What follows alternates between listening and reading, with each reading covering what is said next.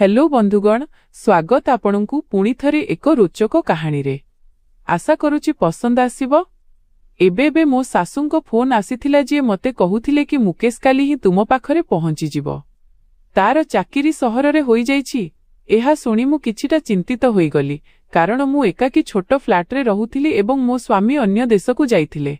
मु सहर रे रहिबाकु चाहुनथिली, कारण मु गारू आसीथिली। मो स्वामी सुनीलंको चाकिरी पूर्वरु सहर रे ही थिला।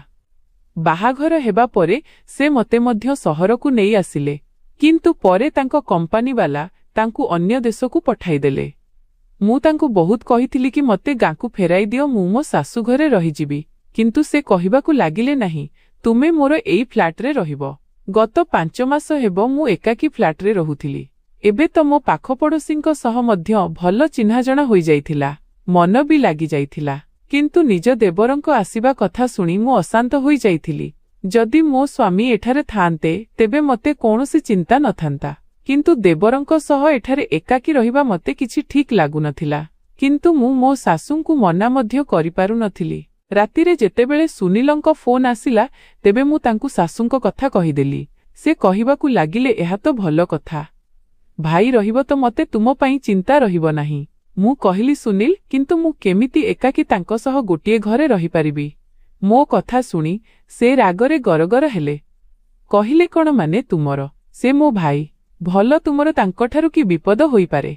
जेउ राग एवं भयंकर शब्दरे से मते गाली करिथिले, मु आगोकु किछि कहि पारिली नाही। फोन काटी मु सोइली सत, किंतु निद आखिकु आसु नथिला। रही रही मते राग लागुथिला। मुकेश भाईंकर मो घरकु आसीबा एवं पुणी एठारे रहिबा मते आदौ भल लागु नथिला। मन हेउथिला कि एबे ही सासुंकु फोन करी सफा सफा मना करि देबी कि मोर मुकेशंकु एठारे रखिबार कोनोसी दरकार नाही। सहर रे होटेल भी अछि, से कोनोसी होटेल रे रहि पारिबे। किंतु मु एही कथा कहि पारु नथिली। मोर बढ़िबा बा परिवेश एमिति नथिला कि मु बडमानंक सह एमिति असभ्य भावे कथा हुअंती। जदिओ मो भितरे भीषण राग थिला, मते मुकेश आरंभरु ही पसंद नथिले। मां निजर सबुठारु प्रिय सांग नीतांक पुओ सुनीलंक सह मो बाहाघर पिलादिनु ठीक करी रखिथिले। मु सेमानंकु बेसी जानि नथिली, किंतु जेबे भी आम घरे किछि फंक्शन हेउथिला किंबा मांक सांग घरे किछि उत्सव हेउथिला तेबे समस्ते एकाठी हेउथिले एवं मोर देखा सुनीलंक सह होई जाउथिला। से बहुत शांत स्वभावर मनीष थिले, किंतु मुकेश सेमिति नथिले। बहुत गपुड़ी एवं किछिटा बाजे प्रकारर पिला थिला।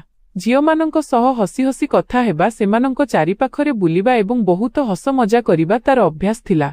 जेउ कथा सबु मु तांको विषयरे गां झियमानंक ठारु सुनिथिली, मु तांकु आखि उठाई देखिबाकु भी पसंद करुथिली। जेतेबेले आमे पिलामाने बड़ हेलु एवं निज पाठ पढ़ारु फ्री हेलु, सेमिति ही आम बापा मां मिसी मोर एवं सुनीलंक बाहाघर करिदेले।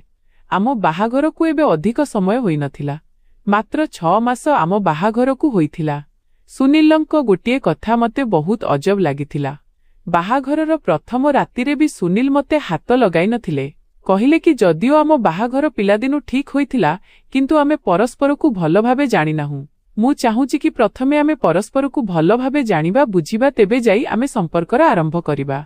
मते आश्चर्य तो लागिथिला, किंतु फिर भी मु सुनीलंक कथा मानि जाइथिली। सुनील बाहाघरर 15 दिन परे ही मते सहरकु नेई आसीथिले एवं एपर्यंत आम भितरे कोनोसी संपर्क बनि नथिला एवं मात्र 15 दिन ही आमे सहर रे रहि पारिथिलु कि कंपनी तरफरु सुनीलंकु विदेश जिबाकु पड़िला एवं एबे 5 मासरु सुनील विदेश रे ही थिले एवं मु एठारे फ्लैट रे एकाकी रहुथिली एवं आजिर खबर तो मते भितरु अशांत करी रखि देइथिला। मो देवर मुकेशंकर मो घरकु आसीबा एवं पुणी तांको सह एही घरे रहिबा। चाकिरी लागि जिबार माने तो एया थिला कि से एबे अनेक मास पर्यंत एठारे रहिबे। होई पारे कि चाकिरी पक्का होई गले सबुदिन पई एठारे रुहंतु एवं पुणी सुनील तो 6 मास पूर्वरु आसीबार नथिले। मु भाबी भाबी चिंतित हेउथिली। परदिन मु तांको पसंदर खाद्य तयारी करिथिली, कारण मो सासु खास करी कहिथिले कि मुकेशकु राजमा चाउळ, बुंदी राइता एवं कढ़ई पनीर बहुत पसंद। तेणु तांकरी पसंदर खाद्य तयारी करिबाकू राति मटारे मो घरर डोर बेल बाजिला। मते जणाथिला कि मुकेश ही हेबो। मु कबाट खोलिली, तेबे से सामनारे हसुथिबा अवस्थारे मते देखुथिले एवं बड़ निसंकोचरे सीधा निज ब्याग धरी भितरकू आसीगले। कहिले, ओहो, एही बसर यात्रा भी क्लांत करिदिए। एबे मु 2 दिन पर्यंत मस्त सोइबी। पुणी मते कहिले, भाउज मो रूम केउटा? मोर एही फ्लाट्रे मात्र 2टी तो रूम थिला। मु अन्य रूम आड़कू इशारा करिदेली। सेही रूमरे बेसी आसबाबपत्र नथिला। से रूम उपरे नजर पकाइले एवं कहिले कि मु एठारे रहिपारिबि नाही। एमिति कर, तुमे एठारे सोई जाओ, मते बेड उपरे ही निद आसे। एहा कही से बड़ आरामरे मो रूमकू चलीगले। मु तांकू आश्चर्य होई चाहि रहिली। सेतेबेले मु तांको सह जुक्तितर्क करिबारे आदौ नथिली कि कौन भाबिबे जे भाउज आसु आसु जुक्तितर्क आरंभ करिदेले। ते मुठारु मात्र 1 वर्ष छोट थिले, किंतु निजर चेहरा ओ उच्चता जोगु मुठारु बड़ ही जणा पडुथिले। मु खाद्य गरम कली, सेतेबेलकू से गाधोई पाधोई आसीगले। खाइबा टेबुल रे निज पसंदर एते सारा खाद्य देखि से खुशी होई गले। कहिले तुम हातरे तो बहुत स्वाद अछि। मु तो खैर प्रथम थर ही तुम हातर रंधा खाउछि, कारण बाहाघरर तुरंत परे तो आपण सहर आसी जाइथिले। एहा कहिबा परे से कहिले कि मु तुम पई गिफ्ट आनिछि, चालस मु तुमको देखाउछि। बिना कोनोसी संकोचरे से मो हाथ धरिले एवं मते रूम को नेई गले। मु रागरे कहिली, मो हाथ तो छाड़। कहिले प्रथमे तुमको गिफ्ट तो देखाई दिए। पुणी से मते एक फैंसी सूट देले। एहा तुम पाई। मु तांको हाथरू सूट नेई रखिदेली। किंतु जेमितिका से पिला थिले, मु एहा भाबिथिली कि मते एहांकठारू दूरता बजाय रखिबा उचित। किंतु मु जानि नथिली कि मु निज जीवन को पुणी केउ नरकरे पकाई देइछि। रातिरे मुकेश रूम रे ही सोइले एवं मते ही ड्रॉइंग रूमर सोफारे सोइबाकू पड़िला। मु भाबिथिली तो एया कि परदिन तांकू कहिदेबी कि मते निज रूमरे ही अभ्यास अछि। जदि तांकू असुविधा हेउछि तेबे से सोफा पकाइरे थिबा ड्रॉइंग रूम को ही रूम बनाई नियंतु। जाने ना से केतेबेल जाए एठारे रुहंती। किंतु सकाळे जेतेबेले मु उठिकी बाहरकू आसिली तो से जाई सारिथिले। किंतु मध्याह्नरे ही से बड़ खुशी खुशी घरे पसिले। कहिले, मु चाकिरी पक्का होई जाइछि, कालीठारू जॉइन करि नेबी। एहा कही से बड़ बेपरुआ अंदाजरे सोफारे बसिगले एवं सामनारे थिबा टेबुल उपरे निज पाद रखिदेले। कहिले, बहुत क्लांत होई जाइछि मु, मते गोटे कप चा बनाई दियो। मु तांकर भाउज थिली। मु तांकू चा बनाई देली एवं कहिली कि मते मो रूमर अभ्यास अछि, तुमे ड्रॉइंग रूम को निजर रूम बनाई दियो। किंतु मु जानि नथिली कि मोर एही कथार से एमिति उत्तर देई पारंती। कहिले, जदि तुमे चाहिबो तेबे आमे गोटिए रूम रे एडजस्ट करि परिबा। एहा सुनी तो मो मुंड घुराई गला।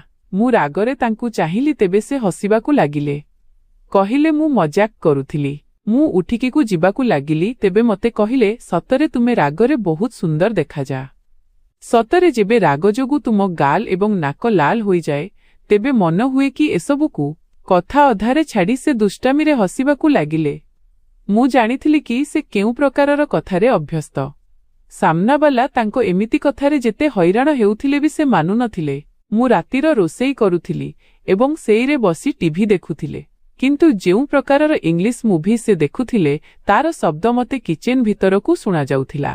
तांको निर्लजपण उपरे मोर मन हेला कि तांकू 2 पद सुनाई देबी कि तांकर ज्ञान नाही कि घरे तांको भाउज अछंती। किंतु मु चुप रहिली, किछि कहि पारिली नाही। रातिर खाइबा बनाई मु निज रूमकू चलीगली। रूमर अवस्था देखिली तो मो मुंड घुराई गला। मन हेला कि निज मुंड पिटी देबी। पूरा रूमरे तांको कपड़ा बिंची होई पड़िथिला। केउठी तौलिया तो केउठी जोता। मते जेतिकी सफासुतुरा पसंद थिला, से सेतिकी अपरिष्कार मनिष थिले। मु तांकर सबु कपड़ा उठाइली एवं धोइबा पाइरे पकाइदेली एवं तांको ब्याग बंद कली एवं बाहरे रे रखिदेली। परदिन ही से रूमरे बेड लगाई पकाई देइथिले। मु मुकेश घर को आसीबा पूर्वरु ही रोसेई करी निज रूमकू जाई कबाट लॉक करी बसी जाइथिली कि जेबे ए खाई सोई जिबे तेबे जाई रूमरु बाहरिबी। सेईटा ही बेसी भलो, कारण से जणे 1 नंबर असभ्य लोक थिले। किंतु मते आश्चर्य सेतेबेले लागिला जेतेबेले से मो कबाटकू बाड़ेइबाकू लागिले। मु कबाट खोलिली तो कहिले कि खाइबा तो टेबुल रे लगाई दियो। केबेठारू भोक लागिलानी एवं तुमे जे तुमर अनुभव ही नहीं कि किए जणे भोकिला शोषिला बाहरे बसिछि। मु कहिली, सबु किछि प्रस्तुत अछि, तुमे रे बाढ़ी नियो एवं खाई दियो। एया तो तुमे निजे भी करि पारिबो। मो कथा सुनी से नारे बेखलाइबाकू लागिले एवं कहिले कि करिबाकू तो मु बहुत किछि करि पारे। किंतु एहा कही से पुणी हसिबाकू लागिले। तांकर एही हस मते विष भली लागुथिला एवं पुणी मोर टिके पाखकू होई कहिले, मते एही सबु कामर अभ्यास नाही, तेणु मते कष्ट तो हेउथिबो, किंतु एही सबु काम तुमकू ही करिबाकू पड़िबो। चालंतु जल्दी आस एवं खाइबा बाढ़, मते बहुत भोक लागुछि। मु तांकू रागरे चाहिथिली एवं कु चलीगली। खाद्य गरम कली एवं टेबुल रे लगाई देली। ତାଙ୍କ ସାମ୍ନାରେ ବସି ଖାଇବାକୁ ଚାହୁଁନଥିଲି, ତେଣୁ ନିଜ ପ୍ଲେଟ୍ ପ୍ରସ୍ତୁତ କଲି ଏବଂ ନିଜ ରୁମକୁ ଯିବାକୁ ଲାଗିଲି ତ ସେ କହିଲେ, ଏହା କ'ଣ କଥା ହେଲା ଏଠି? ମୋ ସାମ୍ନାରେ ବସି ଖାଇବା ଖାଅ। ମୁଁ ତୁମକୁ ଖାଇ ତ ଦେବିନି। ବେଶୀ ବି ମୁଁ ଭେଜିଟେରିଆନ୍ ଏବଂ ସେଥିପାଇଁ ତୁମେ ନିଜକୁ ସୁରକ୍ଷିତ ମନେକର କି ମୁଁ ତୁମକୁ ଖାଇବିନି। ଏହା କହି ସେ ଜୋରରେ ହସି ଉଠିଲେ। କହିଲେ, ଭାଉଜ ତୁମେ ମୋର କିନ୍ତୁ ନା ମୋ ସହ କଥା ହେଉଛ ନା କିଛି କହୁଛ। ମୁଁ ତ ବହୁତ ବୋର୍ ହୋଇଗଲିଣି। ମତେ ତ ଲାଗୁଛି କି ଭାଇ ମଧ୍ୟ ଅନ୍ୟ ଦେଶକୁ ସେଥିପାଇଁ ପଳାଇଛନ୍ତି, କାରଣ ତୁମେ ତାଙ୍କ ସହ ବି ଏମିତି ବ୍ୟବହାର ରଖୁଥିବ, ସେଥିପାଇଁ ତ ତୁମଠାରୁ ବଞ୍ଚିକି ଚାଲିଯାଇଛନ୍ତି। ତାଙ୍କର ଏହି ପ୍ରକାରର କଥା ଶୁଣି ମୋର ସହିବା ଶକ୍ତି ଶେଷ ହେଲା। ମୁଁ କହିଲି, ତୁମେ ନିଜ କାମରେ କାମ ରଖିଲେ ବେଶୀ ଭଲ। ତୁମକୁ ଖାଇବା ମିଳୁଛି, ବସ୍ ସେଇଟା ଖାଅ। ମୁଁ କେଉଁଠି ବସୁଛି, କ'ଣ କରୁଛି, କ'ଣ କରୁନି, ସେଥିରେ ତୁମର କୌଣସି ମତଲବ ରହିବା ଉଚିତ ନୁହେଁ। ମତେ ରାଗରେ କହିବା ଦେଖି ସେ ପୁଣି ହସିବାକୁ ଲାଗିଲେ। କହିଲେ, ଏମିତି କଥା ହୁଅନି। ମୁଁ ଏହି କଥା ତୁମକୁ ପୂର୍ବରୁ ବି କହିଛି କି ରାଗରେ ତୁମେ କିଛି ଅଧିକ ସୁନ୍ଦର ଲାଗିବ। କାଶ କି ସୁନୀଲ ଜାଗାରେ ମୁଁ ହୋଇଥାନ୍ତି ତ ତୁମ ସହ। ତାଙ୍କ କଥା ଶୁଣି ମୋ ଦେହରେ ନିଆଁ ଲାଗିଗଲା। ମୁଁ କହିଲି, ତୁମକୁ ଲାଜ ଲାଗୁନି ଏହି ପ୍ରକାରର କଥା କହିବାକୁ? ସେ କହିଲେ, କେଉଁ ଲାଜ? ଜାଣିଛ ଦେବର ଭାଉଜଙ୍କ ଭିତରେ କେମିତି କେମିତି ମଜାକ ଏବଂ କଥା ଚାଲେ, କିନ୍ତୁ ତୁମେ ତ ବୋଧେ ବହୁତ ବୋର୍ ପ୍ରକାରର ଝିଅ। ଟିକେ ମୋ ସହ ସମୟ ବିତାଅ, ତୁମକୁ ବି ଅନ୍ଦାଜ ହୋଇଯିବ ଜୀବନ କେତେ ସୁନ୍ଦର। ଏହା କହି ସେ ଗୋଟିକ ପରେ ଗୋଟିଏ ରୁଟି ପାଟିରେ ପକାଉଥିଲେ। ମୁଁ ବସ୍ ତାଙ୍କୁ ଆଶ୍ଚର୍ଯ୍ୟ ହୋଇ ଦେଖୁଥିଲି। ମୁଁ କହିଲି କି ମୁଁ ସୁନୀଲଙ୍କ ସହ କଥା ହେଉଛି। ସିଏ ହିଁ ତୁମକୁ ଶିଷ୍ଟାଚାର ଶିଖାଇବେ କି ଭାଉଜଙ୍କ ସହ କେମିତି କଥା ହୁଅନ୍ତି। ଭାବିଲି କି ହୁଏତ ଏହି କଥାରେ ସେ ନିଜ ବ୍ୟବହାର ଟିକେ ଠିକ୍ କରିନେବେ, କିନ୍ତୁ ସେମିତି ହେଲାନି। ତାଙ୍କୁ ତ ଯେମିତି କୌଣସି କଥାର ଖାତିର ହିଁ ନଥିଲା। ମୁଁ ଫୋନରେ ସୁନୀଲଙ୍କୁ ମୁକେଶଙ୍କ ବିଷୟରେ ସବୁକିଛି କହିଲି, କିନ୍ତୁ ସୁନୀଲ ବି ଅଜବ ମଣିଷ ଥିଲେ। କହିଲେ କି ତୁମେ ଭୁଲ ଭାବୁଛ, ସେ ସେମିତି ନୁହେଁ। ତାଙ୍କୁ ନିଜ ଭାଇ ଉପରେ ଜାଣେନା କାହିଁକି ଏତେ ବିଶ୍ୱାସ ଥିଲା। ଗୋଟେ ସନ୍ଧ୍ୟାରେ ଯେବେ ମୁକେଶରୁ ଘରକୁ ଆସିଲେ ତ କହିଲେ, ଶୁଣ ମୋ ମୁଣ୍ଡ ବହୁତ ବିନ୍ଧୁଛି, ଏମିତି କର ମୋ ମୁଣ୍ଡ ଟିକେ ହାଲୁକା ଭାବେ ମାଲିସ କରିଦିଅ, ତାପରେ ହିଁ ମୁଁ ଖାଇବା ଖାଇବି। ତାଙ୍କ କଥା ଶୁଣି ମତେ ରାଗ ଲାଗିଲା। ସେ ତ ଏମିତି ଅଧିକାର ଜେତାଇ କଥା ହେଉଥିଲେ ଯେମିତି ସେ ମୋ ସ୍ୱାମୀ ଏବଂ ମୁଁ ତାଙ୍କ ସ୍ତ୍ରୀ। ଆଜି ଯାଏଁ ସେ କେବେ ମତେ ଭାଉଜ ବୋଲି ଡାକି ନଥିଲେ। ମୁଁ କହିଲି, ତୁମେ କୌଣସି ପେନ୍ କିଲର ଖାଇଦିଅ ଏବଂ କିଛି ସମୟ ପରେ ଖାଇଦେବ, ଯେତେବେଳେ ମୁଣ୍ଡବିନ୍ଧା କମିଯିବ। କିନ୍ତୁ ସେ ବିରେ ଆସିଗଲେ। କହିଲେ, ନାହିଁ ତୁମେ ହିଁ ମୋ ମୁଣ୍ଡ ମାଲିସ କରିବ, ତେବେ ଯାଇ ମୋ ମୁଣ୍ଡବିନ୍ଧା ଠିକ୍ ହେବ, ନହେଲେ ମୁଁ ଖାଇବା ଖାଇବିନି, ମୁଁ ଭୋକିଲା ଶୋଇଯିବି। ବାଧ୍ୟ ହୋଇ ମୁଁ ତାଙ୍କ ରୁମକୁ ତେଲ ଶିଶି ଧରିଗଲି ଏବଂ ତାଙ୍କ ମୁଣ୍ଡରେ ତେଲ ମାଲିସ କରିବାକୁ ଲାଗିଲି। ସେ ବେଡ୍ ଉପରେ ଶୋଇଥିଲେ ଏବଂ ମୁଁ ତାଙ୍କର ଅନ୍ୟ ପାଖରେ ବସି ତାଙ୍କ ମୁଣ୍ଡ ମାଲିସ କରୁଥିଲି। ସେ ମତେ ଏକଲୟରେ ଚାହିଁ ରହିଥିଲେ। ଏକାଧିକ ବାର ମୋ ଆଖି ତାଙ୍କ ଆଖି ସହ ମିଶିଲା, ତେବେ ତାଙ୍କ ଆଖିରେ ଅଜସ୍ର ଦୁଷ୍ଟାମି ଭରି ରହିଥିଲା। ତାଙ୍କର ଏହିପରି ଚାହିଁବା ଦେଖି ମତେ ରାଗ ଲାଗିଲା। ମୁଁ କହିଲି, ତୁମେ ଆରାମରେ ମାଲିସ କରାଅ ଏବଂ ନିଜ ଆଖି ତଳକୁ ରଖ। ତୁମେ ମତେ ଏମିତି କାହିଁକି ଚାହିଁ ରହିଛ? ମୋ କଥା ଶୁଣି ସେ ବହୁତ ଜୋରରେ ହସି ଉଠିଲେ। କହିଲେ, ଦେଖୁଛି ତୁମେ କେତେ ନିଷ୍ପାପ ଏବଂ ସୁନ୍ଦର। ତୁମକୁ ଦେଖିଲେ ହିଁ ମୋ ମନ ମୋ ବଶରେ ରହେନି। ମୁଁ ରାଗରେ ତେଲ ବୋତଲ ସେଇଠି ରଖିଲି ଏବଂ ରୁମରୁ ବାହାରିବାକୁ ଲାଗିଲି। ପଛରୁ ମତେ ତାଙ୍କ ହସ ଶୁଣାଗଲା। କହିଲେ, ଆରେ ମୁଁ ତ ମଜାକ କରୁଥିଲି। ତୁମେ ତ ରାଗିଗଲ, ମାଲିସ ତ କରିଦିଅ। ସତରେ ବହୁତ ଭଲ ଲାଗୁଥିଲା। ମୁଁ ତାଙ୍କର କିଛି ଶୁଣିଲି ନାହିଁ ଏବଂ ରୁମରୁ ବାହାରକୁ ଆସିଗଲି। କବାଟ ବନ୍ଦ କରିବା ପୂର୍ବରୁ ମୁଁ କହିଲି କି ଖାଇବା ଟେବୁଲରେ ରଖିଦେଇଛି, ଖାଇଦେବ, ମୁଁ ଶୋଇବାକୁ ଯାଉଛି। ନିଜ ରୁମକୁ ଆସି କବାଟ ଲକ୍ କରି ନିଜ ବେଡ୍ ଉପରେ ଶୋଇପଡ଼ିଥିଲି। ଯଦିଓ ମୋ କାନ ବାହାର ଆଡ଼କୁ ହିଁ ଲାଗିଥିଲା। ଜାଣେ ନା ସେ ଖାଇବେ କି ଏମିତି ଭୋକିଲା ଶୋଇବେ। ମୋର ତାଙ୍କ ପ୍ରତି ଯେତେ ଘୃଣା ଥିଲେ ବି ମୁଁ ଚାହୁଁନଥିଲି କି ସେ ଭୋକିଲା ଶୋଉନ୍ତୁ, ତେଣୁ ମୁଁ କାନ ବାହାର ଆଡ଼କୁ କରିଥିଲି। ପ୍ରାୟ ଅଧା ଘଣ୍ଟା ପରେ ହିଁ ମତେ ବାହାରେ ବାସନ ଶବ୍ଦ ଶୁଣାଗଲା ଏବଂ ମୋ ମନକୁ ଶାନ୍ତି ମିଳିଗଲା ଏବଂ ମୁଁ ଆରାମରେ ଶୋଇପଡ଼ିଲି। ରାତିର କେଉଁ ଏକ ସମୟ ଥିଲା କି ମତେ କିଛି ଅଜବ ପ୍ରକାରର ଶବ୍ଦ ଶୁଣାଗଲା ଏବଂ ଏହି ଶବ୍ଦ ଯୋଗୁଁ ମୋ ଆଖି ଖୋଲିଗଲା। ମତେ ଲାଗିଲା ଯେମିତି ମୋ ରୁମ୍ ବାଲକୋନିରେ କେହି ଅଛି।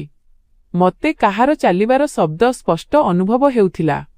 ମୁଁ ହଠାତ୍ ଛାନିଆ ହୋଇ ଉଠି ବସିଲି। ମୁଁ ଥରୁଥିବା ହାତରେ ପରଦା ଘୁଞ୍ଚାଇ ଦେଖିଲି ତ ସେଠାରେ 2 ଜଣ ଲୋକ ଥିଲେ। 2 ଜଣଙ୍କ ହାତରେ ପିସ୍ତଲ ଥିଲା। ମୋ ଛାତି ଧଡ଼ ଧଡ଼ ହେବାକୁ ଲାଗିଲା। ମାନେ ଆମ ଘରେ ଚୋର ପଶି ଆସିଥିଲେ। ଚୋର ମୋ ରୁମ୍ ବାଲକୋନିରେ ଥିଲେ ଏବଂ ମୋ ବାଲକୋନିର କବାଟ ମୋ ରୁମ୍ରେ ହିଁ ଖୋଲୁଥିଲା ଏବଂ ଚୋର ରୁମ୍ କବାଟର ଠିକ୍ ସାମ୍ନାରେ ଛିଡ଼ା ହୋଇଥିଲେ। ସେମାନେ କିଛି ମୁହୂର୍ତ୍ତ ମଧ୍ୟରେ କବାଟ ଖୋଲି ଭିତରକୁ ଆସିପାରିଥାନ୍ତେ। ମୋର ମନେ ନଥିଲା କି କବାଟ ଭିତରୁ ଲକ୍ ଅଛି କି ଖୋଲା ଅଛି ଏବଂ ମୋ ପାଖରେ ଏତେ ସମୟ ବି ନଥିଲା କି ମୁଁ ଯାଇ କବାଟ ଚେକ୍ କରନ୍ତି। ଯଦି ମୁଁ କବାଟ ପର୍ଯ୍ୟନ୍ତ ପହଞ୍ଚନ୍ତି ତେବେ ସୁଦ୍ଧା ସେହି ଚୋରମାନେ ଭିତରକୁ ଆସି ମୋତେ ଧରି ପକାଇଥାନ୍ତେ।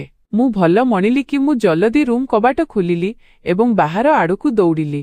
ରୁମରୁ ବାହାରିବା ପୂର୍ବରୁ ମୁଁ ରୁମକୁ ବାହାରୁ ଲକ୍ କରିଦେଇଥିଲି। କିନ୍ତୁ ଏହା ମୋର ଭୁଲ ଧାରଣା ଥିଲା, କାରଣ ମୋ ରୁମରେ ଝରକା ଥିଲା ଏବଂ ସେହି ଝରକାକୁ ଭିତରକୁ ଖୋଲି ରୁମର କୁଣ୍ଡିକୁ ବାହାରୁ ସହଜରେ ଖୋଲାଯାଇ ପାରୁଥିଲା। ମୁଁ ହଡ଼ବଡ଼େଇ ଯାଇ ମୁକେଶଙ୍କ ରୁମ୍ କବାଟ ବାଡ଼େଇବାକୁ ଲାଗିଲି। ସେ ବି ଗଭୀର ନିଦରୁ ଉଠିଗଲେ ଏବଂ କଷ୍ଟରେ ଆଖି ଖୋଲି ମୋତେ ଆଶ୍ଚର୍ଯ୍ୟରେ ଚାହିଁଲେ। ମୋ ଚେହେରାର ବିକଳ ଅବସ୍ଥା ଦେଖି ମୋତେ ପଚାରିଲେ କି କ'ଣ ହୋଇଛି। ମୁଁ ତୁରନ୍ତ ତାଙ୍କୁ ପଛକୁ ଠେଲି ତାଙ୍କ ରୁମକୁ ପଶି ଆସିଲି। ମୁଁ ତାଙ୍କ ରୁମ୍ କବାଟ ଭିତରୁ ବନ୍ଦ କରିଦେଲି ଏବଂ କୁଣ୍ଡି ମଧ୍ୟ ଲଗାଇଦେଲି। ଏହା ଦେଖି ସେ ବହୁତ ଆଶ୍ଚର୍ଯ୍ୟ ହୋଇଗଲେ। ମୋ ଅବସ୍ଥା ଠିକ୍ ନଥିଲା। ଭୟ ଯୋଗୁଁ ମୁଁ କିଛି କହିପାରୁନଥିଲି। ମୁଁ କଷ୍ଟରେ କହିଲି କି ମୋ ରୁମରେ ଚୋର। ମୋ କଥା ଏତିକିରେ ହିଁ ପହଞ୍ଚିଥିଲା କି ରୁମ୍ କବାଟରେ ଦକ୍ ଦକ୍ ଶବ୍ଦ ହେଲା। ଏହା ଶୁଣି ତ ମୋର ବାକି ଥିବା ସାହସ ବି ଜବାବ ଦେଇଦେଲା। ନିଜ ରୁମର କବାଟ ବାଡ଼େଇବା ଶବ୍ଦ ଶୁଣି ମୁକେଶ ବି ଡରିଗଲେ। କିନ୍ତୁ ମୋ ଅବସ୍ଥା ତ ଏୟା ଥିଲା କି ମୋର ହୃଦସ୍ପନ୍ଦନ ବନ୍ଦ ହୋଇଯାଇଥିଲା ଏବଂ ପୁଣି ମୁଁ ଜାଣିନି କ'ଣ ହେଲା। ଭୟରେ ତାଙ୍କ ଛାତିରେ ଲାଗିଗଲି ଏବଂ ତାଙ୍କୁ ଦୁଇ ହାତରେ କୁଣ୍ଢାଇ ଧରିଲି। ମୁଁ କହିଲି, ବାହାରେ ଚୋର ଅଛନ୍ତି, ଏମାନେ ମୋ ରୁମରେ ଥିଲେ। ମୋତେ ବହୁତ ଭୟ ଲାଗୁଛି। ଭୟରେ ମୋତେ ଲାଗୁଥିଲା କି ବୋଧେ ମୋ ଜୀବନ ବାହାରିଯିବ। ମୋତେ ମୋର ଏହି ଭୁଲର ଆଦୌ ଜ୍ଞାନ ନଥିଲା କି ମୁଁ କ'ଣ କରୁଛି। ମୁଁ ଜୋରରେ ମୁକେଶଙ୍କୁ ଜାବୁଡ଼ି ଧରିଥିଲି ଏବଂ ତାଙ୍କ ଛାତିରେ ଲାଗି ଭୟରେ ଥରୁଥିଲି। ବୋଧେ ମୁଁ ବହୁତ ବେଶୀ ଡରି ଯାଇଥିଲି। ରୁମରେ ପୁଣି ଥରେ କବାଟ ବାଡ଼େଇବା ଆରମ୍ଭ ହେଲା। ବାହାରେ ଯିଏ ବି ଥିଲା ସେ କହିଲା କି କବାଟ ଖୋଲ। ମୁଁ ମୁକେଶଙ୍କୁ କହିଲି କି କବାଟ ଖୋଲିବନି, ଏମାନେ ଆମ ଦୁହିଁଙ୍କୁ ମାରିଦେବେ। ମୁଁ ସେମାନଙ୍କ ହାତରେ ବନ୍ଧୁକ ଦେଖିଛି। ମୁଁ ତାଙ୍କ ଛାତିରେ ଲାଗି ଏହି ସବୁ କହୁଥିଲି। ସେ ମୋତେ କହିଲେ କି ତୁମେ ଚିନ୍ତା କରନି, ଏହି ଲୋକମାନେ ଭିତରକୁ ଆସିପାରିବେ ନାହିଁ, କବାଟ ଲକ୍ ଅଛି। ସେ ମୋତେ ନିଜଠାରୁ ଦୂରେଇବାକୁ ଚାହିଁଲେ କିନ୍ତୁ ମୁଁ ଭୟରେ ତାଙ୍କ ଛାତିରେ ଲାଗି ରହିଲି। ସେ ମୋତେ ନିଜ ହାତରେ ଧରି ବେଡ୍ ପର୍ଯ୍ୟନ୍ତ ନେଇଗଲେ। ପୁଣି ମୋତେ ବେଡ୍ ଉପରେ ବସାଇଲେ, ନିଜେ ବି ମୋ ପାଖରେ ବସିଲେ। କହିଲେ, ଡରନି, ମୁଁ ଅଛି ନା। କବାଟରେ ପୁଣି ଥରେ ଶବ୍ଦ ହେଲା। ଏଥର ବହୁତ ଜୋରରେ ଜଣେ ଲୋକ କହିଲା କି କବାଟ ଖୋଲି ନହେଲେ ଆମେ କବାଟ ଭାଙ୍ଗିଦେବୁ। ଏହା ଶୁଣି ମୁଁ ତାଙ୍କ ହାତକୁ ନିଜ ଦୁଇ ହାତରେ ଜାବୁଡ଼ି ଧରିଲି। ବୋଧେ ଆମ ଭାଗ୍ୟ ହିଁ ଖରାପ ଥିଲା କି ଆମ ଦୁହିଁଙ୍କ ଫୋନ୍ ଆମ ପାଖରେ ନଥିଲା। ମୁଁ ବିକଳ ହୋଇ ଦୌଡ଼ିବା ବେଳେ ନିଜ ଫୋନ୍ ନିଜ ରୁମରେ ହିଁ ଛାଡ଼ି ଆସିଥିଲି ଏବଂ ମୁକେଶ ନିଜ ଫୋନ୍ ବାହାରେ ଚାର୍ଜିଂରେ ଲଗାଇଥିଲେ, କାରଣ ମୁକେଶଙ୍କ ରୁମରେ ବୋର୍ଡ ତ ଥିଲା କିନ୍ତୁ ଫୋନ୍ ରଖିବାକୁ କୌଣସି ଜାଗା ନଥିଲା। ତେଣୁ ଶୋଇବା ପୂର୍ବରୁ ମୁକେଶ ନିଜ ଫୋନ୍ରେ ହିଁ ଚାର୍ଜିଂରେ ଲଗାଇ ଦେଉଥିଲେ। ମୁଁ କହିଲି, ତୁମେ ବାହାରକୁ ଯିବନି। ସେ କହିବାକୁ ଲାଗିଲେ କି ଏହା ମୋର କିଛି କରିପାରିବେନି। ମୋ ହାତ ଛାଡ଼। ଏହା କହି ସେ ନିଜ ହାତ ମୋ ହାତରୁ ଛଡ଼ାଇ ନେଲେ ଏବଂ ତାପରେ ସେ ଏକ ଜାଗାରୁ ପିସ୍ତଲ ବାହାର କଲେ ଏବଂ ଏହା ଦେଖି ତ ମୋ ଛାତି ଥରିଗଲା। ମୋତେ ଏହି ଭୟ ଲାଗିବାକୁ ଲାଗିଲା କି କାଳେ ସେମାନେ ପରସ୍ପର ସହ ଲଢ଼ିବେ, କାଳେ ସେହି ଲୋକମାନେ ତାଙ୍କୁ ହିଁ ଗୁଳି କରିଦେବେ। ତୁରନ୍ତ ଉଠିକି ମୁଁ ମୁକେଶଙ୍କ ପାଖକୁ ଆସିଗଲି। ମୁଁ କହିଲି, ଏହା ତୁମେ କ'ଣ କରୁଛ? କହିଲେ, ମୁଁ କିଛି କାପୁରୁଷ ନୁହେଁ। ସେମାନଙ୍କ ମୁହଁତୋଡ଼ ଜବାବ ଦେବା ଭଲ ଭାବେ ଜାଣିଛି। ବାସ୍ ତୁମେ ରୁମ୍ରୁ ବାହାରକୁ ବାହାରିବନି। ମୁଁ କାନ୍ଦିବାକୁ ଲାଗିଲି ଏବଂ ତାଙ୍କୁ କହିଲି କି ଭଗବାନଙ୍କ ପାଇଁ ତୁମେ କେଉଁଆଡ଼େ ଯାଅନି। ଏମିତି ନ ହେଉ କି ସେମାନେ ତୁମକୁ ମାରିଦିଅନ୍ତୁ। ସେ କହିଲେ କି ତୁମେ ଚିନ୍ତିତ ହୁଅନି। ଯଦି ଏଠି ରୁମରେ ବି ବସି ରହିବା ତଥାପି ସେହି ଲୋକମାନେ ରୁମ୍ କବାଟ ଖୋଲି ଭିତରକୁ ନିଶ୍ଚୟ ଆସିବେ। ତେଣୁ ଆମକୁ ସାହସର ସହ କାମ ନେବାକୁ ହେବ। ମୋତେ ଲଢ଼ିବା ବି ଆସେ ଏବଂ ଗୁଳି ଚଳାଇବା ବି। ଏହା କହି ସେ ରୁମରୁ ବାହାରକୁ ଚାଲିଗଲେ। ମୁଁ ରୁମ୍ କବାଟ ବନ୍ଦ କରିଦେଲି। ପୁଣି ମୋତେ ବାହାରେ ଯୁକ୍ତିତର୍କ ଏବଂ ଚିତ୍କାର ଶବ୍ଦ ଶୁଣାଗଲା। ମୋ ମନ ଭୟରେ ଥରୁଥିଲା। ଏମିତି ଲାଗୁଥିଲା ଯେମିତି ସେମାନେ ପରସ୍ପର ସହ ଲଢ଼ୁଛନ୍ତି ଏବଂ ମୋ ଛାତି ଭିତରେ ଧଡ଼ଧଡ଼ ହେଉଥିଲା ଯେମିତି କୌଣସି ବେଲଗାମ ଘୋଡ଼ା ଭଳି ଦୌଡ଼ୁଥିଲା। ମୋ ଓଠ ଧଳା ପଡ଼ିଯାଇଥିଲା। ମୋର ରଙ୍ଗ ବି ଫିକା ପଡ଼ିଯାଇଥିଲା। ମୁଁ ଦୁଇ ମୁଠା ବନ୍ଦ କରି ବେଡ୍ ଉପରେ ବସିଥିଲି ଏବଂ ଭୀଷଣ ଭାବେ ଥରୁଥିଲି କି ଯଦି ମୁକେଶଙ୍କର କିଛି ହୋଇଯାଏ ତେବେ ସେହି ଲୋକମାନେ ମୋ ସହ ବି ଜାଣେନା କ'ଣ କରିବେ। ଭୟରେ ମୋ ଅବସ୍ଥା ଖରାପ ହେବାକୁ ଲାଗିଥିଲା। ମୋତେ ଲାଗିଲା ଯେମିତି ମୋ ନିଶ୍ୱାସ ଅଟକି ଯାଉଛି ଏବଂ ସେତିକିବେଳେ ମୋତେ ଗୁଳି ଚଳାଇବା ଶବ୍ଦ ଶୁଣାଗଲା। ମୁଁ ଜାଣିନି କେବେ ଏବଂ କେମିତି କିନ୍ତୁ ମୁଁ ହୋସ୍ ହରାଇ ବସିଥିଲି। ବୋଧେ ଭୟରେ ମୁଁ ବେହୋସ ହୋଇଯାଇଥିଲି। ମୋ ଆଖି ଚଢ଼େଇମାନଙ୍କ କିଚିରିମିଚିରି ଶବ୍ଦରେ ଖୋଲିଲା। ହଠାତ୍ ମୁଁ ଉଠି ବସିଲି ତ ଦେଖିଲି କି ମୁଁ ମୁକେଶଙ୍କ ବିଛଣାରେ ଶୋଇଥିଲି। ମୋ ବାଳ ବି ବିଞ୍ଚି ହୋଇ ପଡ଼ିଥିଲା। କିନ୍ତୁ ମୁଁ ଏକାକୀ ତାଙ୍କ ରୁମ୍ରେ ଥିଲି। ହଠାତ୍ ତ ମୋତେ ଏହା ବୁଝା ପଡ଼ିଲାଣି କି ମୁଁ ତାଙ୍କ ରୁମ୍କୁ ଆସିଲି କେମିତି। କିନ୍ତୁ ପୁଣି ରାତିର ସେହି ଦୁର୍ଘଟଣା ମୋର ମନେ ପଡ଼ିବାକୁ ଲାଗିଲା ଏବଂ ଯାହା ମନେ ପଡ଼ିବା କ୍ଷଣି ମୋର ହୋସ ଉଡ଼ିଗଲା। ମତେ ତ ଏୟା ବି ଜଣାନଥିଲା କି ବାହାରେ କଣ ହୋଇଥିଲା। ମୁଁ ତୁରନ୍ତ ତାଙ୍କ ରୁମରୁ ବାହାରକୁ ଆସିଲି ତ ମୁକେଶ ସୋଫାରେ ବସି ସିଗାରେଟ୍ ଟାଣୁଥିଲେ। ତାଙ୍କ ବାହୁରେ ପଟି ବନ୍ଧା ହୋଇଥିଲା ଏବଂ ମୁଣ୍ଡରେ ମଧ୍ୟ କ୍ଷତ ଚିହ୍ନ ଥିଲା। ଏହା ଦେଖି ମୁଁ ତାଙ୍କ ପାଖକୁ ଗଲି। ମୁଁ କହିଲି, ତୁମେ ଏଠି ଏବଂ ସେହି ଲୋକମାନେ? ମୁକେଶ କହିବାକୁ ଲାଗିଲେ, ସେମାନଙ୍କୁ ପୋଲିସ ଧରି ନେଇଛି। ସେମାନେ ପୋଲିସର ହେପାଜତରେ ଅଛନ୍ତି। ଏହା କହି ସେ ମୋଠାରୁ ନଜର ଲୁଚାଇବାକୁ ଲାଗିଲେ। ମୁଁ କହିଲି କି ତୁମ ବାହୁରେ କଣ ହୋଇଛି? ସେ କହିଲେ କି ଲଢ଼େଇ ସମୟରେ ସେହି ଲୋକମାନେ ମୋ ଉପରକୁ ଗୁଳି ଚଳାଇଥିଲେ, କିନ୍ତୁ ତାହା ମୋ ବାହୁକୁ ଛୁଇଁକି ଚାଲିଯାଇଥିଲା। ତେଣୁ ମୁଁ ହସ୍ପିଟାଲରେ ପଟି କରାଇ ଆସିଛି। ତୁମେ ବୋଧେ ବେହୋସ ହୋଇଯାଇଥିଲ, ତେଣୁ ତୁମକୁ କୌଣସି କଥାର ଖବର ନଥିଲା। କିନ୍ତୁ ଏବେ ତୁମେ ଆଦୌ ଚିନ୍ତା କରନି, ସବୁ କିଛି ଠିକ୍ ଅଛି। ସେ ମୋଠାରୁ ନଜର ଲୁଚାଇ କଥା ହେଉଥିଲେ। ମୁଁ ମଧ୍ୟ ଭଗବାନଙ୍କୁ ଧନ୍ୟବାଦ ଜଣାଇଲି କି ଚାଲ ମୁକେଶଙ୍କର କିଛି ହୋଇନି ଏବଂ ସେହି ଲୋକମାନେ ପୋଲିସ ହେପାଜତକୁ ପହଞ୍ଚିଗଲେ। କିନ୍ତୁ ସେହି ଦିନଠାରୁ ମୁଁ ବହୁତ ବେଶୀ ଡରିଯାଇଥିଲି। ଜାଣେନା କାହିଁକି ମୁକେଶ ମଧ୍ୟ ଚୁପଚାପ ରହିବାକୁ ଲାଗିଲେ। ଏବେ ସେ ଆଗ ଭଳି ଦୁଷ୍ଟାମି, କଥା କଥାରେ ହସିବା, ମୋ ସହ ମଜାକ କରିବା ବିଲକୁଲ ବନ୍ଦ କରିଦେଇଥିଲେ। ମୁକେଶଙ୍କୁ ମୁଁ ଯେମିତି ଭାଉଜ ବୋଲି ଭାବୁଥିଲି ସେ ସେମିତି ନଥିଲେ ଏବଂ ଏବେ ତ ବହୁତ ଗମ୍ଭୀର ହୋଇଯାଇଥିଲେ। ମୋ ସହ ବେଶୀ କଥା ବି ହେଉନଥିଲେ। ଜାଣେନା କାହିଁକି, କିନ୍ତୁ ସେ ବହୁତ ବେଶୀ ସିଗାରେଟ୍ ଟାଣିବାକୁ ଲାଗିଲେ। ମୁଁ ତାଙ୍କ ସାମ୍ନାରେ ଖାଇବା ରଖୁଥିଲି ତ ସେ କୌଣସି ଗଭୀର ଚିନ୍ତାରେ ବୁଡ଼ି ରହୁଥିଲେ। ମୁଁ 2-3 ଥର ମନେ ପକାଇଲେ ଯାଇ ସେ ଖାଉଥିଲେ। ଏହି କଥାକୁ 1 ମାସ ବିତିଥିଲା କି ମୋ ଦେହ ଖରାପ ରହିବାକୁ ଲାଗିଲା ଏବଂ ଦିନେ ତ ମୋତେ ଏତେ ଜୋରରେ ମୁଣ୍ଡ ବୁଲାଇଲା କି ମୁଁ ଝୁଣ୍ଟି ପଡ଼ିବାକୁ ଯାଉଥିଲି କି ମୁକେଶ ମୋତେ ନିଜ ବାହୁରେ ସମ୍ଭାଳି ନେଲେ। ଯଦି ମୁକେଶ ମୋତେ ସାହାରା ଦେଇନଥାନ୍ତେ ତ ମୋ ମୁଣ୍ଡ ଟେବୁଲରେ ବାଜିଥାନ୍ତା ଏବଂ ମୁଁ ବହୁତ ଖରାପ ଭାବେ ଆହତ ହୋଇଥାନ୍ତି। ମୁକେଶ ମୋତେ ସାହାରା ଦେଇ ସୋଫାରେ ବସାଇଲେ। କହିଲେ, ତୁମେ ନିଜର ଆଦୌ ଧ୍ୟାନ ରଖୁନାହଁ। ନିଜର ଯତ୍ନ ନିଅ। ଦେଖନ୍ତି ଫିକା ପଡ଼ିଯାଇଛ। ବୋଧେ ଦୁର୍ବଳତା ଯୋଗୁଁ ତୁମକୁ ମୁଣ୍ଡ ବୁଲାଇଲା। ମୁକେଶ ହିଁ ମୋତେ ଡାକ୍ତରଙ୍କ ପାଖକୁ ନେଇକି ଯାଇଥିଲେ, କିନ୍ତୁ ମୁଁ ଡାକ୍ତରଙ୍କ ରୁମକୁ ଏକାକୀ ହିଁ ଯାଇଥିଲି। ସେ କିଛି ଟେଷ୍ଟ ଲେଖିଦେଲେ। ତାର ରିପୋର୍ଟ ମଧ୍ୟ ତୁରନ୍ତ ଆସିଗଲା। କିନ୍ତୁ ଯେମିତି ସେହି ରିପୋର୍ଟ ଆସିଲା ତାହା ମୋର ହୋସ ଉଡ଼ାଇ ଦେଇଥିଲା। ସେହି ଡାକ୍ତର କହିବାକୁ ଲାଗିଲେ କି ତୁମେ ପ୍ରେଗନେଣ୍ଟ। ଏହା ଶୁଣି ତ ମୋର ମୁଣ୍ଡ ଘୁରାଇଗଲା। ମୋ ସ୍ୱାମୀ ତ ଗତ 3-4 ମାସରୁ ମୋ ପାଖରେ ନଥିଲେ ଏବଂ ସବୁଠାରୁ ବଡ଼ କଥା ମୋ ସ୍ୱାମୀ ତ ମୋତେ ଆଜି ଯାଏଁ ହାତ ବି ଲଗାଇ ନଥିଲେ। ତେବେ ଏହାର ମାନେ ମୁକେଶ ମୋ ସହ, କିନ୍ତୁ କେବେ ଏବଂ କେମିତି ମୋତେ ତ ଆଦୌ ମନେ ପଡ଼ୁନଥିଲା। ମୋ ମୁଣ୍ଡ ସମ୍ପୂର୍ଣ୍ଣ ଶୂନ୍ୟ ହୋଇଯାଇଥିଲା।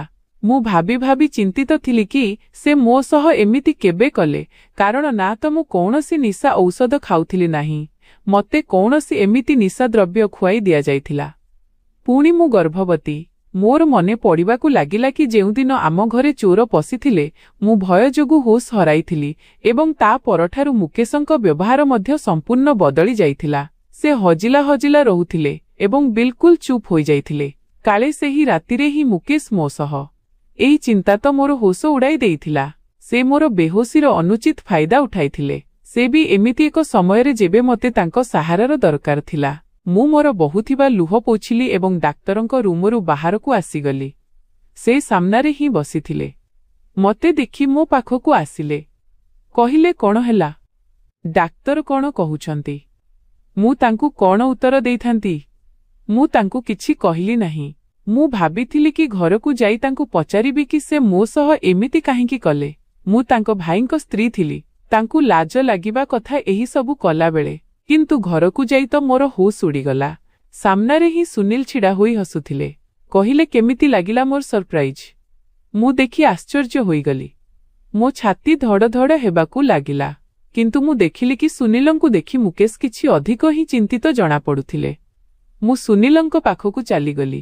ସେତେବେଳେ ମୁଁ ଏହି ପ୍ରକାର ଭିତରୁ ଦୁଃଖୀ ଏବଂ ଭାଙ୍ଗି ପଡ଼ିଥିଲି କି ମୋତେ କିଛି ବୁଝାପଡ଼ୁନଥିଲା କି କଣ କରିବି।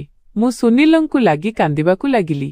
ତାଙ୍କୁ କେମିତି କହିବି କି ତାଙ୍କ ଭାଇ ମୋତେ ବରବାଦ କରିଦେଇଛନ୍ତି। ମୁଁ ତ ଅସୁବିଧା ସମୟରେ ତାଙ୍କ ପାଖକୁ ଏଇଥିପାଇଁ ଯାଇଥିଲି କି ମୋତେ ଲାଗିଥିଲା କି ସେ ମୋତେ ଆଶ୍ରୟ ଦେବେ, କିନ୍ତୁ ମୁଁ ଜାଣିନଥିଲି ସେ ମୋତେ ବରବାଦ କରି ରଖିଦେବେ। ସୁନୀଲ ମୋ ମୁଣ୍ଡକୁ ସାଉଁଳାଇବାକୁ ଲାଗିଲେ ଏବଂ କହିବାକୁ ଲାଗିଲେ, ମୁଁ ଆସି ତ ଯାଇଛି, ତୁମକୁ ତ ଖୁସି ହୋଇଯିବା କଥା, ତୁମେ କାନ୍ଦୁଛ କାହିଁକି? କିନ୍ତୁ ପର ମୁହୂର୍ତ୍ତରେ ଯାହା ହେଲା, ଏମିତି ଲାଗିଲା କି ଜମି ଆକାଶ ମୋ ଆଖି ତଳେ ଏକ ହୋଇଗଲା। କାରଣ କିଛି ସମୟ ପରେ ମୁକେଶ ମଧ୍ୟ ସୁନୀଲଙ୍କ ପାଖକୁ ଆସିଗଲେ। କିନ୍ତୁ ତାପରେ ଯେଉଁ ହରକତ ସେ କଲେ ମୁଁ ଚମକି ପଡ଼ିଲି। ସେ ମୋ ବାହୁ ଧରିଲେ ଏବଂ ଏକ ଝଟକାରେ ମୋତେ ସୁନୀଲଙ୍କଠାରୁ ଅଲଗା କରିଦେଲେ। ଏହା ଦେଖି ସୁନୀଲ ମଧ୍ୟ ଆଶ୍ଚର୍ଯ୍ୟ। ମୋତେ ସୁନୀଲଙ୍କ ପଛକୁ କରି ମୁକେଶ କହିବାକୁ ଲାଗିଲେ, ଦୂରରେ ରୁହ ଏହାଠାରୁ। ମୁକେଶଙ୍କ କହିବାର ଅନ୍ଦାଜ ବହୁତ ହିଁ କଠୋର ଥିଲା। ସୁନୀଲ ରାଗରେ କହିଲେ, ଅସଭ୍ୟାମୀ ଏହା, ତୁମେ ଏହା କ'ଣ କରୁଛ? ଏମିତି ହରକତ କରିବି କେମିତି ପାରୁଛ? ଏବଂ ତାପରେ ଯେଉଁ କଥା ମୁକେଶ କହିଲେ, ମୋ ପାଦ ତଳୁ ତ ମାଟି ଖସିଗଲା। କହିଲେ, ତୁମେ ଭଲ ଭାବେ ଜାଣିଛ କି ମୁଁ କ'ଣ କହୁଛି? ଏହା ମୋ ସ୍ତ୍ରୀ, ତୁମର ନୁହେଁ ଏବଂ ଏହି କଥା ତୁମକୁ ଭୁଲିବା ଉଚିତ ନୁହେଁ। ତେଣୁ ତୁମେ ମୋ ସ୍ତ୍ରୀକୁ ନିଜଠାରୁ ଦୂରରେ ହିଁ ରଖିବା। ତାର ପାଖକୁ ଯିବାକୁ ଚେଷ୍ଟା ବି କରିବନି। ମୁକେଶଙ୍କ ପାଟିରୁ ଏହିସବୁ ଶୁଣି ମୁଁ ଆଶ୍ଚର୍ଯ୍ୟ ହୋଇ କେତେବେଳେ ମୁକେଶଙ୍କୁ ତ କେତେବେଳେ ସୁନୀଲଙ୍କ ମୁହଁକୁ ଚାହୁଁଥିଲି। ମୁକେଶଙ୍କ ପାଟିରୁ ଏହି କଥା ଶୁଣି ମୋତେ ଲାଗିଲା କି ବୋଧେ ସୁନୀଲ ତାଙ୍କ ବେକ ହିଁ ଚିପିଦେବେ। କିନ୍ତୁ ସୁନୀଲ କିଛି ବି କହିଲେ ନାହିଁ, ବରଂ ସୁନୀଲଙ୍କ ଚେହେରାରେ ଏକ ନିରାଶା ଖେଳିଗଲା। ମୁକେଶ କହିବାକୁ ଲାଗିଲେ, ମନେ ଅଛି ନା କି ଯେତେବେଳେ ଫେରା ହୋଇଥିଲା ସେତେବେଳେ ମୁହଁରେ ସେହେରା ପକାଇ ତୁମ ଜାଗାରେ ମୁଁ ଫେରା ନେଇଥିଲି। ପଣ୍ଡିତଜୀ ବାହାଘରର ଯେତେ ବି ମନ୍ତ୍ର ଏବଂ ବିଧିବିଧାନ କରିଥିଲେ ସେସବୁ ମୋର ଏବଂ ରଜନୀ ପାଇଁ କରିଥିଲେ। କି ସେତେବେଳେ ରଜନୀଙ୍କ ହାତ ମୋ ହାତରେ ଥିଲା, ତୁମ ହାତରେ ନୁହେଁ। ତୁମେ ତ ରଜନୀଙ୍କୁ ବାହା ହେବା ପାଇଁ ମନା କରିଦେଇଥିଲା। ହଁ, ଏହା ଅଲଗା କଥା କି ମୁଁ ଏହି ସବୁ ତୁମ କହିବା ଅନୁସାରେ କରିଥିଲି କାରଣ ତୁମକୁ ରଜନୀ ପସନ୍ଦ ନଥିଲା। ତୁମେ ବିଦେଶ ଯିବାକୁ ଚାହୁଁଥିଲା ଏବଂ ସେଇଠିକା ଝିଅ ତୁମକୁ ପସନ୍ଦ ଥିଲା ଏବଂ ସେଇଥିପାଇଁ ତୁମେ ହିନ୍ଦୁସ୍ତାନ ଛାଡ଼ି ସେଠାକୁ ଚାଲିଯାଇଥିଲା। ଏୟା ହିଁ କହିଥିଲ ନା ତୁମେ କି ଏବେ ସାମୟିକ ଭାବେ ତୁମେ ରଜନୀଙ୍କୁ ବାହା ହୋଇଯାଅ କାରଣ ତୁମେ ଫେରିବ ନାହିଁ ଏବଂ ଯେମିତି କିଛି ବର୍ଷ ବିତିଯିବ ପୁଣି ତୁମେ ରଜନୀଙ୍କୁ ତଲାକ ଦେଇଦେବ, ଏହି ଡ୍ରାମା ବି ଶେଷ ହୋଇଯିବ। ମୋତେ ଏହା କୁହ କି ତୁମେ ଫେରି କାହିଁକି ଆସିଛ?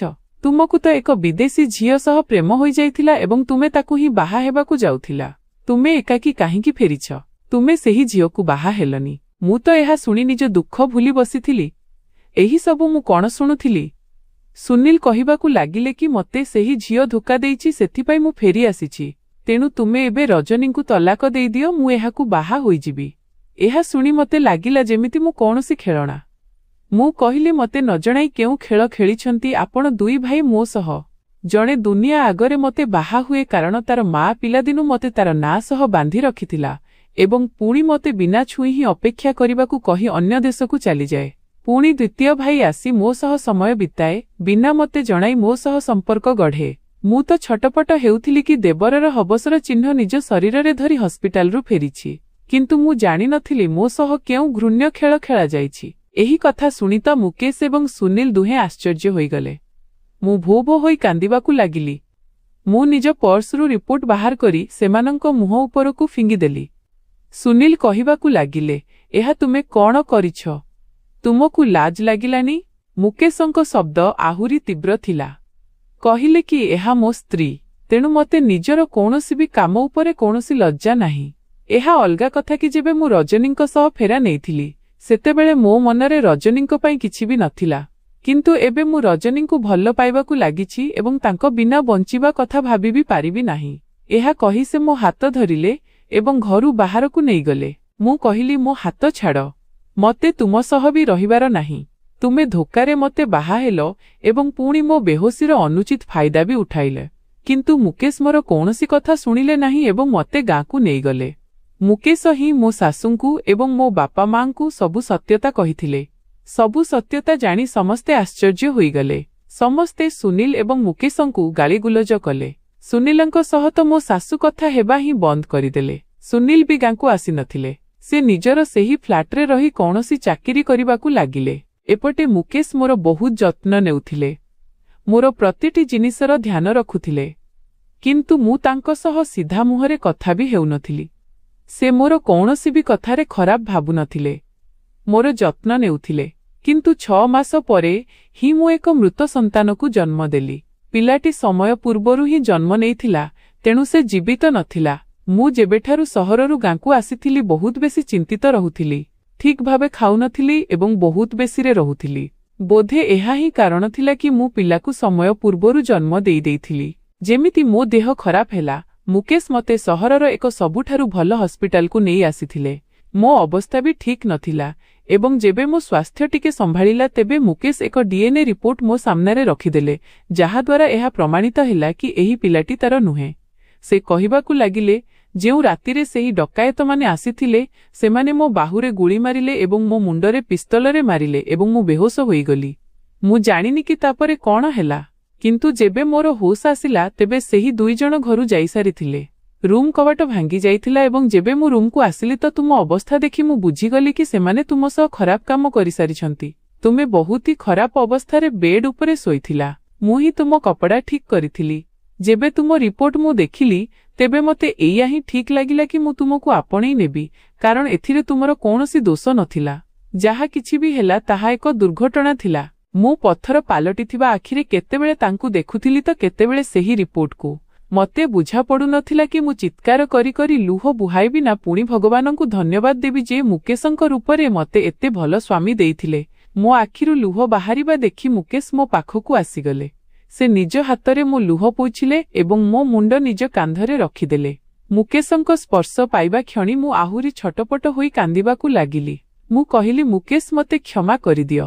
ମୁଁ ତ ତୁମକୁ ବହୁତ ନୀଚ ମଣିଷ ଭାବୁଥିଲି, କିନ୍ତୁ ତୁମ ପରି ମହାନତା ତ ମୁଁ ଆଜି ଯାଏଁ କାହାଠାରେ ଦେଖିନି। ମୋ ଯୋଗୁଁ ଆଜି ଯାଏଁ ତୁମକୁ ବହୁତ ହିଁ କଷ୍ଟ ପହଞ୍ଚିଛି। ମୋତେ କ୍ଷମା କରିଦିଅ। ମୁକେଶ ଧୀରେ ଧୀରେ ମୋ ପିଠିକୁ ଆଉଁସୁଥିଲେ। କହିଲେ, କ୍ଷମା ମାଗିବାର କୌଣସି ଦରକାର ନାହିଁ। ମୁଁ କେବେ ତୁମ ବିଷୟରେ କିଛି ଭୁଲ ଭାବିନି। ମୋତେ ଜଣାଥିଲା ଯେଉଁ ତୁମର ବ୍ୟବହାର ମୋ ସହ ଅଛି ତାହା ସ୍ୱାଭାବିକ। କୌଣସି ବି ଝିଅ ଏହା ସହ୍ୟ କରିପାରିନଥାନ୍ତା ଯାହା ତୁମ ସହ ହୋଇଥିଲା। ମୁଁ ଶାନ୍ତିରେ ଆଖି ବନ୍ଦ କରିଦେଲି। ମୋ ମନରେ ମୁକେଶଙ୍କ ପାଇଁ ଢେର ସାରା ଭଲ ପାଇବା ଉଛୁଳି ଆସିଲା। ଘରକୁ ଆସିବା ପରେ ମୁକେଶ ମୋର ବହୁତ ଦେଖାଶୁଣା କଲେ। ଧୀରେ ଧୀରେ ମୋ ଦେହ ସୁସ୍ଥ ହୋଇଗଲା ଏବଂ ମୁଁ ତାପରେ ଖୁସି ଖୁସି ମୁକେଶଙ୍କୁ ନିଜ ସ୍ୱାମୀ ରୂପରେ ଗ୍ରହଣ କରିନେଲି ଏବଂ ଖୁସିରେ ଜୀବନ ବିତାଉଥିଲି।